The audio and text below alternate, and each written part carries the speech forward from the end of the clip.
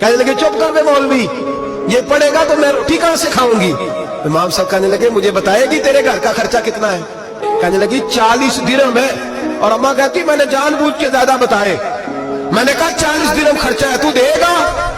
تو کہتے امام اعظم کہنے لگے اماں تجھے لینے نہیں آنا پڑے گا، پہلی سے پہلے تیرے گھر میں پہنچ جایا کریں گے۔ حضرت سیدنا امام اعظم 1 دن نہیں، 2 دن نہیں، 4 دن نہیں، 5 مہینے نہیں، 20 سال تک امام ابو مالک کے گھر میں خرچہ دیتے رہے، وہ پڑھتے رہے۔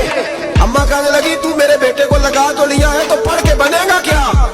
حضرت امام اعظم فرمانے لگے بادشاہوں کے تخت پر بیٹھ کر بادشاہوں کے ساتھ کھانے کھایا کرے گا، ان کے ساتھ بیٹھ کے حلوہ کھائے گا، وقت آئے گا تو دیکھے گی۔ کہتے ہیں میرے امام انتقال کر گئے، وقت بیت گیا، ہارون رشید نے مجھے بلایا بغداد میں اور کہا میں آپ کو چیف جسٹس بنانے لگا ہوں۔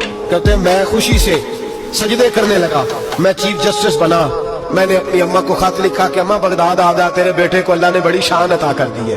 فرماتے ہیں ہارون رشید کی بیوی بڑی اولیاء کی علماء کی بڑی فرما بردار تھی، محبت کرنے والی تھی، اس نے حلوہ بنا کے بھیجا، کھانا بنا کے بھیجا۔ ہارون رشید تخت پہ بیٹھ کے کھانے لگا تو کہنے لگا امام صاحب آپ بھی یہیں آ جائیں میرے ساتھ۔ کہتے ایک کونے میں وہ بیٹھ گیا، ایک میں بیٹھ گیا، بیچ میں کھانا رکھ لیا۔ اتنی دیر میں میری اماں بھی پہنچ گئی۔ جب اماں نے مجھے تخت پہ بیٹھے دیکھا، وہ کل تک جو بہنوں کے لیے 4 دینار نہیں لا سکتا تھا، تخت پہ بیٹھ کے جب روٹی کھاتے دیکھا تو اماں تڑپ گئی۔ میں نے کہا اماں کیا ہوا؟